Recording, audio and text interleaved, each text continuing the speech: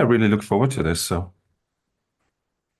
Awesome. Well, I won't take up too much of your time. I know it's the end of your day there. And I do have a list of quick questions for you. So if you'd like, we can just get started. can I just ask, can you see me? Is my camera on? Because I can see it. No, I don't see your camera. I just hear you. It should no, it should be working, right? I see Sorry. you. Sorry about that. Sorry about Awesome. that. Okay. No, no worries. Thank you. No problem. Awesome. So I'm going to start with just a few questions kind of about what it's like to work in German companies. And then Yeah. I'll kind of transition out kind of outwards and talk about how German companies traditionally work with other cultures. So companies from Yeah. maybe the United States or from other places throughout Europe. So Mhm. kind of to get started, how is the hierarchy in German companies typically established? Is there usually a CEO and then kind of very hierarchically structured, or is it Mhm. very kind of fluid and flexible? That's a very good question. Actually, most of my experiences with companies will come from friends of mine, typically my age, which Hmm. I talk to.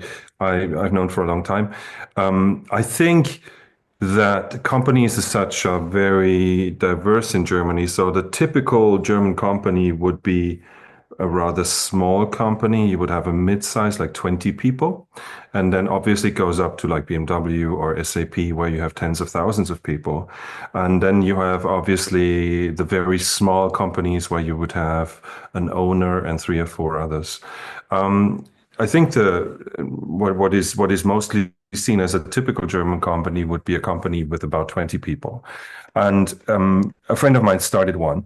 Now the thing is, he's Irish, so he always mirrored back to me what a German company, what expectations are, and how he would do it differently. So I think one thing we have to be aware of that, especially if you go to Munich or bigger cities, you will have lots and lots of companies who have become more and more international. So either with the United States, but very much more so people from all over the European Union. So I don't know what the numbers are, but typically you would have about 20% of people coming in from European Union states, and obviously their culture might be a bit different.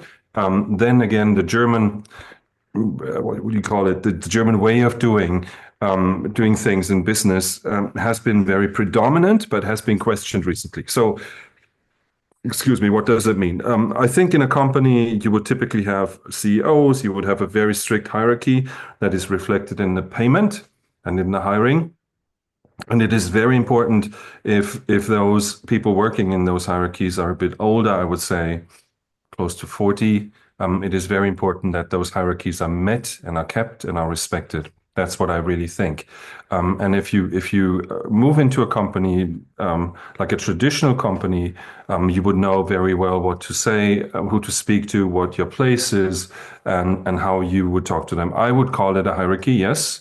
I have another friend of mine who is like a team leader in a chemical company, pharmaceutical company up in Nuremberg, and he Hmm. says that yes, they have a very strict hierarchy, but there's also a lot of feedback in place. So his review when it comes to his salary, his chances of getting ahead, um, once a year, everyone who works for him in the group he's the group leader with will be asked anonymously about his performance. So it works in many different ways. There's very clear hierarchy. You're expected to do things if the person who's your boss wants you to.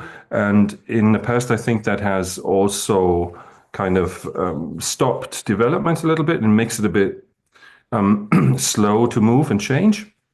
But on the other hand, it gives everyone, I think, a very clear idea of where people are, where your place is, what you have to do.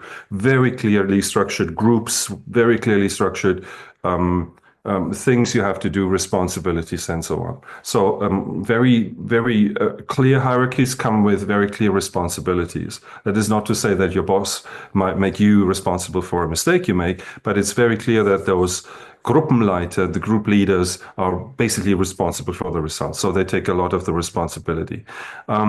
What else can I say? So what I just said, there is this way up where everyone who works for a leader is asked about their performance. So you will make sure to follow certain rules, respect everybody, and respect boundaries, things like that. Another Okay. thing, sorry, Michael. No, no, Yeah. I'm listening. I'm loving Yeah. everything that you have to share. So please continue. Well, the other company that is coming up is a more international company and is a company that is maybe in a field that is less traditional, where where service is more at the front of everything, or where new technologies are used. Obviously, these are fields that are very fast moving. The friend of mine, the Irish guy, he started a company producing batteries. So high Okay. capacity batteries that are very safe. For example, they'd be used in a Boeing 787 or something. They need to have the highest certification because batteries can explode and all that. So Right. what he did was he started a company like 7 or 8 years ago, and that's a very fast moving thing because batteries are developing and you have to be on the market, you have to develop everything. And he had a very international, intercultural group of people working there. And he always prided himself on not being a traditional German company. So he tried to do certain things a different way. But what he found out was if he hires people, they expect a very German approach. He had worked for a big company like Bosch before. Bosch does Mhm. companies, does car parts and does batteries and car parts. And he always made fun of it because it's a very traditional company. Once you start there, you're in your place for the next 40 years. There are expectations, but you're very safe. And he said, I'll have a fast moving company. But then again, he found out that the people he hired and the people that came in very much expected the same thing, even if they were from Turkey, from Italy, from Ireland or other places. So that is something that frustrated him a little bit because he thought he could change it, and he found out that the companies, the expectations are very clear and clear cut in Germany. So do you think that that comes from the way that the German companies are structured, or do you think that there's some sort of societal pressure that creates that kind of dynamic where you said that even people from like Turkey, for example, they expect the German way of doing things, even though they themselves may not be from Germany? What do you think Yeah, is the primary driver behind that kind of dynamic?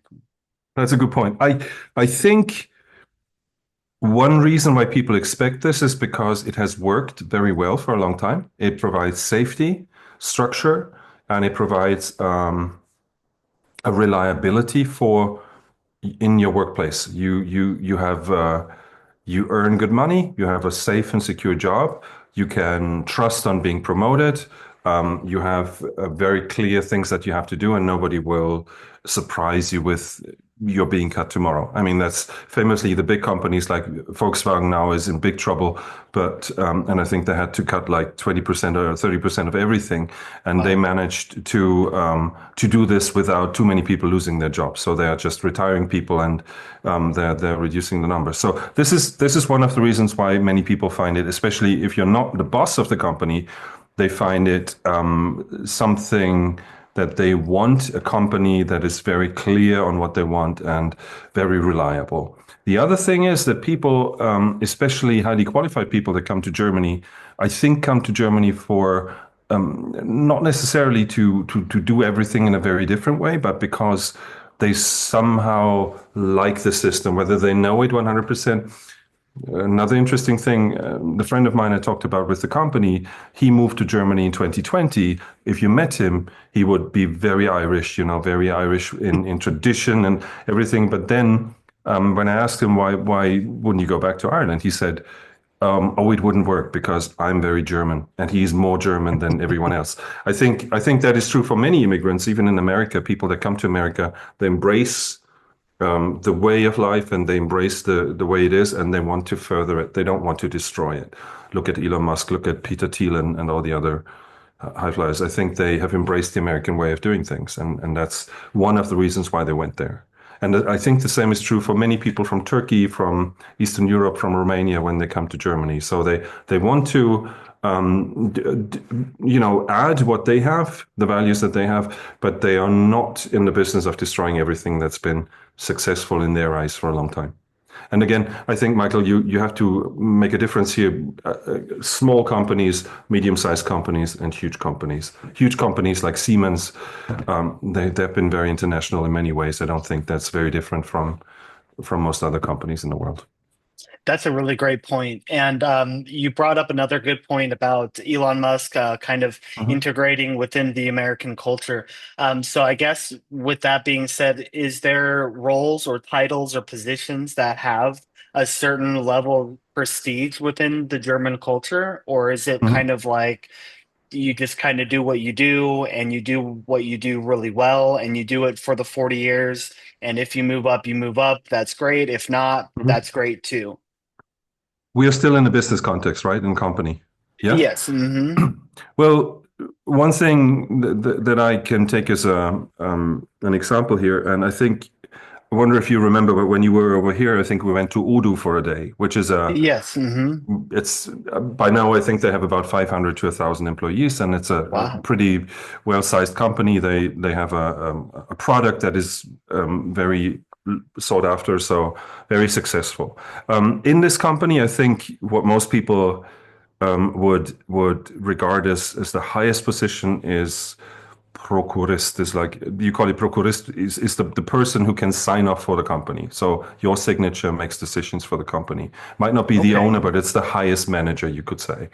And I wonder if you Okay. remember this. I wonder if one of his two boys was in the program, but Wölfel was his name, and he would have been the highest person in this company.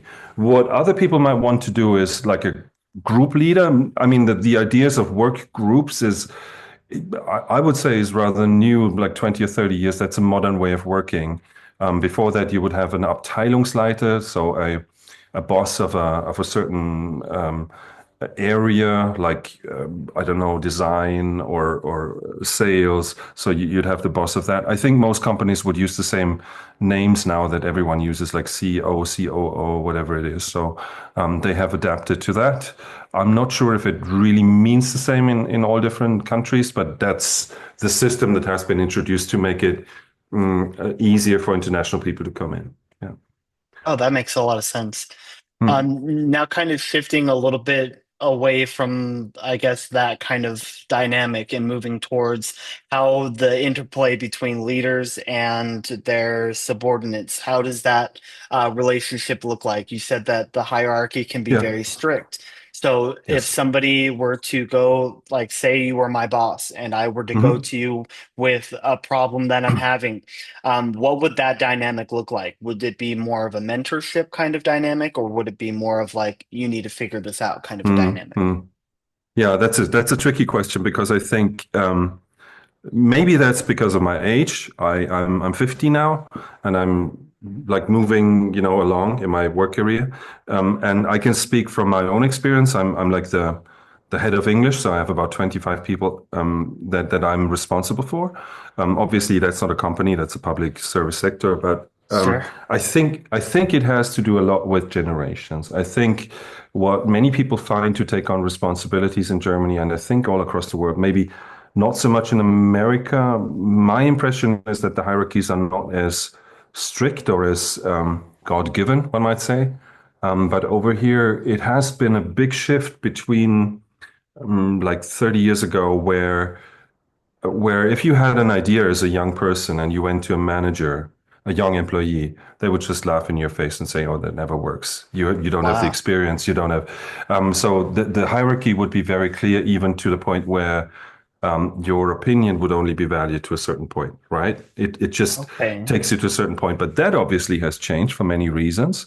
One is the scarcity of workers. So my friend tells me that if he wants a highly qualified worker, even if they're straight out of university, they will ask for a six-figure salary right away, Wow. which over here is maybe even more than in America. I mean, 100,000 is I don't make that by a long shot. That's a lot. So yeah, but they can ask for it, and they ask for other things as well. They ask for respect. They ask for influence. They ask for a freedom to decide to make their own decisions on where they want to work, how much they want to work, and basically older managers tend to accept in certain cases because of the scarcity of the people and also because of the specialization and the knowledge that you need. And certainly everything has been changing, and companies are in need of those experts. So this has shaken up everything.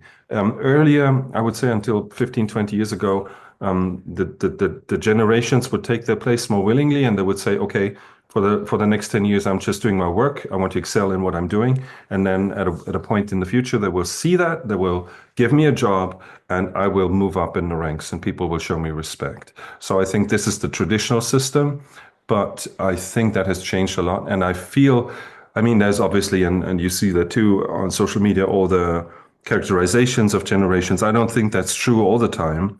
And for any example of a Gen Z worker, you would find an example that shows you exactly the opposite. But in general, I think those dynamics have shifted a lot. Yeah. And more towards a I mean, you started with that. If I speak to one of my younger teacher colleagues that also does English, it has to be a mentorship. I mean, right now, today, we are preparing oral exams and we start them from scratch. So we do certain parts of the exam, and we decided that we will work together. Everyone does their bit, and then we'll put it together. And one of the very young teachers, I mean, to be honest, she didn't listen to what we agreed on. She didn't stick to the plan. It's okay, but no, I cannot walk up to her and say, "What are you doing? Come on, you're wasting everyone's time." That's just not the way it is. I think with younger people, with younger employees, teachers, but also in companies, I think you have to be a mentor. You can no longer tell them off or, present them with these are your shortcomings. I think it has to be more of a respectful see eye to eye, but still take responsibility. I have to be the fallback guy. I mean, I take that very seriously. If we come to a conclusion, if we discuss and we come to something that we want to do as a group, I will take responsibility. I'm the senior teacher in this area, so whenever parents come, whenever somebody from administration comes and says there's a problem here, I will take responsibility. What I expect more or less is a certain compliance, but if it's not compliance, at least speak to me. Let's find a compromise. Let's change that. And I feel it's working for me at the moment, but I see that many young, there's always, there's kind of, sometimes it can be too much. They want too much. They want responsibilities. They want senior positions without being ready to take responsibilities. And that's I think where things are shifting at the moment here, and where we have to find a new level of working together, intergenerational. I think it has to be on a different level, and it has to be respectful, and that's something we're developing right now. Wonderful. Well, you did talk a lot about the generational shift there and kind of the Yeah. differences between the generations. Have you noticed a greater demand for intercultural development in the younger Yeah. generations versus the newer generations? Is that a Yes. greater focus? It is a greater focus, and it goes both ways. I see one with the students. We are faced with a more multicultural population of students, obviously, teachers as well. We have to, I mean, I personally never did that. I never said this is good and this is bad. This is just not how I work, how I believe this works. But you have to be very open-minded. You have to be able to negotiate between different um, points of views. I think that somehow, I mean, very traditionally in Germany, you would say a Dienst ist Dienst and Schnaps ist Schnaps. So you go to work and that's it. You stay at home. When you go home, everything's done. Okay, don't think about jobs. That has changed a lot. I think that people bring their private lives, they bring everything to work into the relationships with the others. Now, these people come from very different places. Just an example from school is that with the troubles going on in Israel and Palestine now, this is a daily thing in my classroom. I Wow. have I have students that came from Syria, very clever students, who get really angry and some even violent when that comes up. This is something you have to make sure that it doesn't escalate. You have to manage that. And I think that is the same in the workplace where you have people, especially in Munich, maybe not so much in Mühldorf, but it's changing, where you have all those opinions, backgrounds, beliefs that come in all the time. Nothing is off limits when you go to work, and younger generations more so than older bring everything to the workplace. They want this to be part of their lives. With all the ups and downs that come with it. And so you have to negotiate. So how do we negotiate that? I think everyone has understood that it can't be conflict all the time. It doesn't work. You can't have a conflict on certain things. And I think that we're moving towards the lowest common denominator. So we want to have an environment where everyone accepts as much as is needed from everyone else.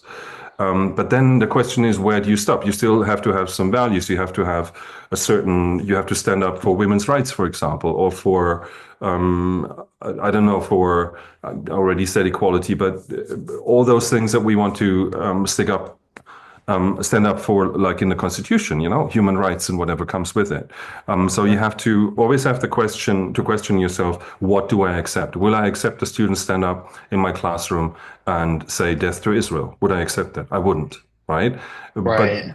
that's something where you have to draw the line and where it's a constant negotiation, right? So, but that has to be way more open than in the past, whether in school or in a workplace, way more understanding and open-minded, but also based on beliefs and values. And that's where company values come in, for example, where you basically set up a code. This is what we stand for. This is what we don't stand for. And that has been. I know, for example, that football clubs, which are big companies as well, if you take Bayern München, they have made it very clear that no one who supports the AfD or is right wing can be a member or can Oh, work okay. with them. Obviously, there's a lot of backlash to that, and also the question, and I think one of the things that politics have brought in, and Trump has certainly brought that in, is the question whether freedom of speech covers all that. Or so freedom of speech means that all values are the same, and Right. that is a question I think that enters the workplace at the moment.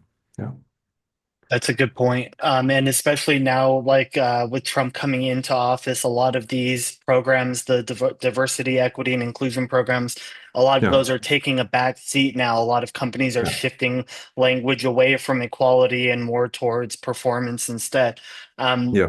in the German context, either within your school or within the local or federal governments, are there protections in place for those kinds of initiatives, or is it up to the individual company or the individual Mhm. organization to set that standard for, hey, we are now a multinational group of people. How are we going to navigate these new cultures that are coming into ours? Yeah. Yeah, I think if you talk about big companies, that is certainly the case. That Siemens, BMW, Mercedes, all the others, they are following I think, internationally accepted and respected code. It's very clear that they will have inclusive language, that they will not stray from that. So they will stick to what they have. And there's many reasons for that. I think that the biggest argument is economics. So I always think about Siemens because like until like 3 years ago, the boss was called, his name is Kaiser, Joe Kaiser, and incidentally, he comes from the same place where I was born. I Oh, never wow. met him, but I can see in many ways, in many things that he said, I can see where he's coming from. And he is a very traditional conservative guy, but he is also open-minded. And I think that's liberal in the European sense of liberal. It's not like communist, but it's just I have to, if we are going to live together in such a small space, we have to maybe not, it's not so much respect, but it's endure each other.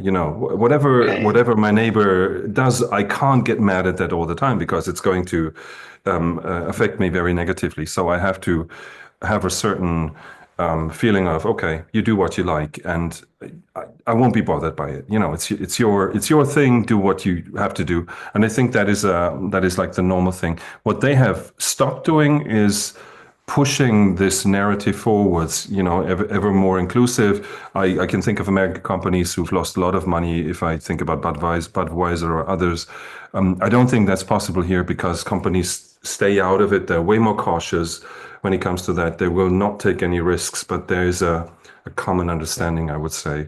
On the other hand, what I have realized is that companies will always take a candidate regardless of their background if they're good.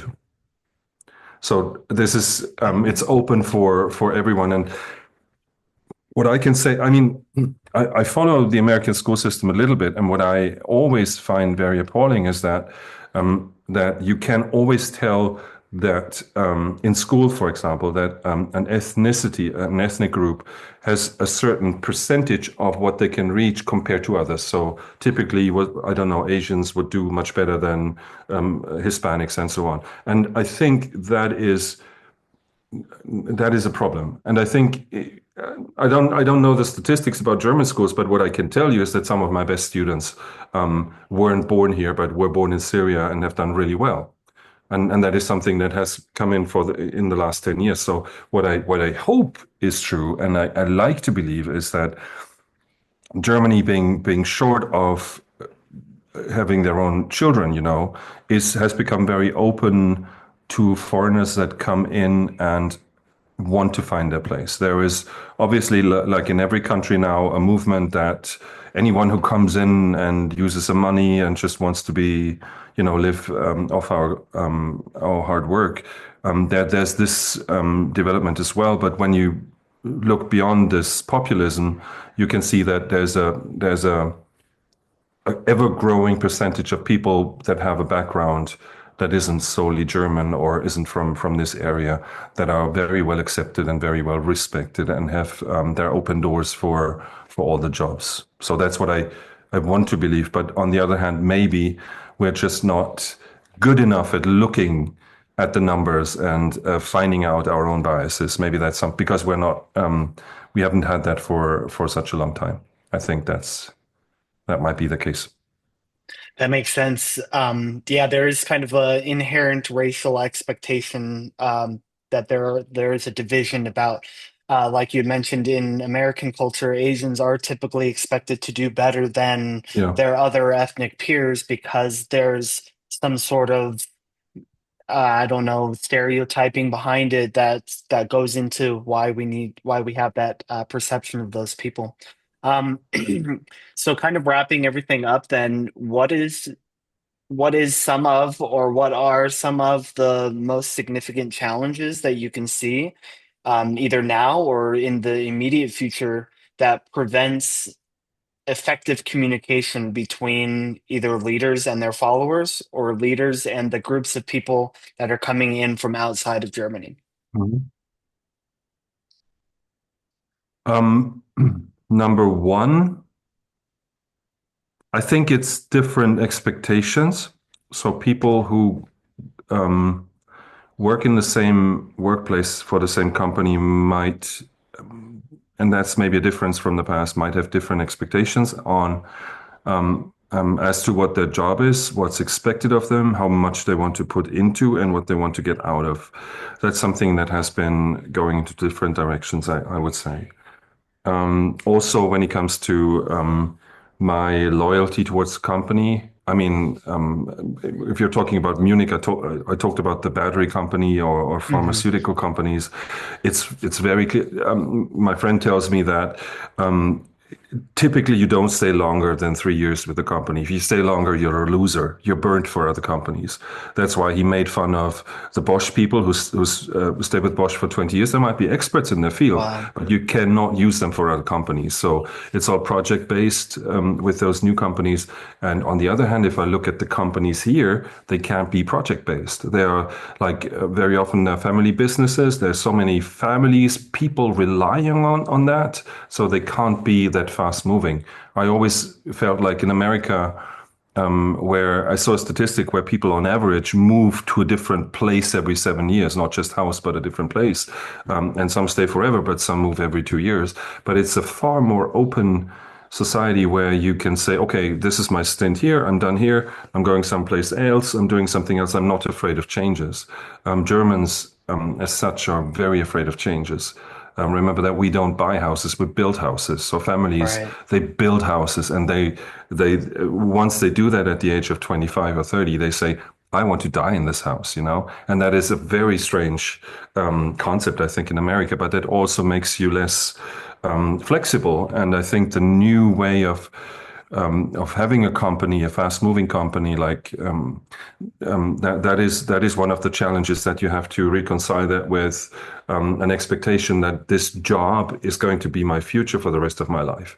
They're going to provide for me. I'm going to give them my work, and I'm going to give them my respect and loyalty, and they will provide for me for the rest of my life. And I think this is something that has to be reconciled with the new companies. I think in Munich that's already the case because the workers, they know their value, so they get sacked from this one company and they get a new contract the next day with more Wow. money.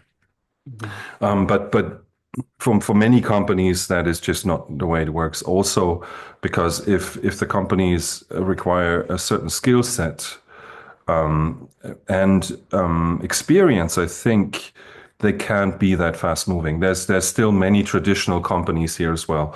The modern ones, yeah. Other challenges, I think, and you're talking about communication and social, obviously, right? Right. Hmm. Right. So another problem, another challenge. I don't really see the companies being international. I don't see that as a problem. Other people might be different here, but I don't really see that as a problem. There's a baker around the corner, and two of his bakers are from Africa. You know, they came here like 2 years ago. They're perfect. They make the best pretzels in the whole place, and I don't think that's a problem in the long run. I think that society is changing, but also people when they come, they're changing, and that I don't think if it doesn't happen too fast, I don't think that's a major problem. Communication on a very different level, as you know yourself in Bavaria, quite a few people speak a dialect, so that might be regarded by some people who come in even as a foreign language. I don't understand a word they're saying. But that has changed as well. If you went to our school today, I would say we have about 1,000 kids, and only about 100 speak dialect. The others just speak very plain German. So that's Wow. changing as well, communication-wise. Well, values are changing a little bit. I mean, again, speaking from my own experience, we've had. I think when you were here, we were very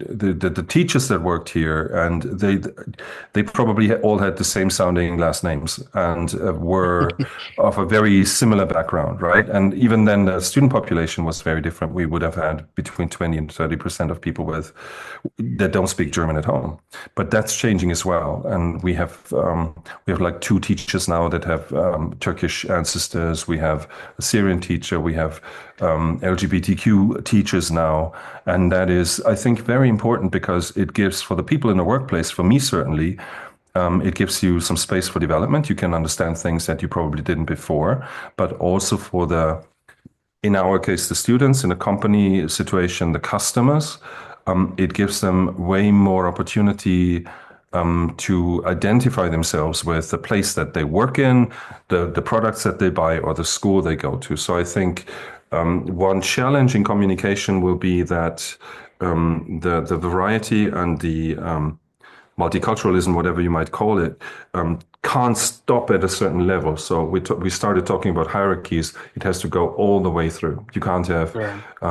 like Turkish kids or young people work on a conveyor belt, and then all the managers be still have Maya and Müller. That doesn't work. So that's a challenge, and I think it's a challenge in living together, but it's also communication challenge because you have to make it clear to those people you can achieve that, right? And you Yeah, can absolutely. and you can bring your own ideas, you can bring your own culture, your own background. You don't have to give it up. You don't have to assimilate, but you can. I mean, mostly the reason why these people are here is because they want to be here. It's not obviously most of them would have had to leave their homes, but there's a very big choice of places to go. So if they decide I want to be here, very often they will find many things they like and support that. And politically, that's very interesting that immigrants tend to be rather conservative. That's something that, again, our friend Trump has found out that there's hardly anything more conservative than an immigrant, right? That's true. They want to keep this. They don't want to share it. They don't want to give it away. So and that is on the one hand maybe problematic. On the other hand, it's a very good starting point for integration because what they're saying, whether they say it out loud or not, is I want to be here. I want to share this with you. I want to live the life that you're living, right? And I think that is, if you see it in a positive from a positive point of view, that's for communication and for social cohesion. That's the starting point where you can maybe agree with others. That's excellent. I love to hear that. That's awesome. That kind of covers most of the questions that I had, and you even answered some of the questions that I would have asked otherwise. So, really, thank you for sharing so much. The amount of detail is incredible that you have such insight, being where you are in Germany, and just the kind of role that you have, and even the role that you've played in my life. When this project came up, I instantly was like, I need to cover Germany. I have to. So I think about it all the time. I even still listen to German music when I get the opportunity to. So it's still very close to my heart being a part of that program that you had inspired. And I'm really glad to hear some of the changes that have been made in the last few years and how things are kind of shifting. So really Michael, thank you for your time. let me just say thank you very much for sharing a little bit of your life on Facebook because I follow it and I'm so happy for you. I saw that you went to a German restaurant yesterday. I just saw that on Facebook Yes. with your son, and that's fantastic. I'm very proud. I mean, this is really why Herr Taylor, Frau Keller, and myself started the program, and I really love seeing that. So thank you very much for your hard work and thank you for reaching out. I really enjoyed that. No, I'm glad, and I really would like to keep in contact. I think that'd be awesome. And if We'll do there's that. any way that I can kind of help enrich your life or your students' lives in any way, feel free to reach out. I'd be happy to help out. Thank you very much, Michael. Thank you. Well, I won't take up any more of your time. I hope you enjoy the rest of your evening, and we'll talk soon. You too. Let's talk soon. Bye bye, Michael. Bye.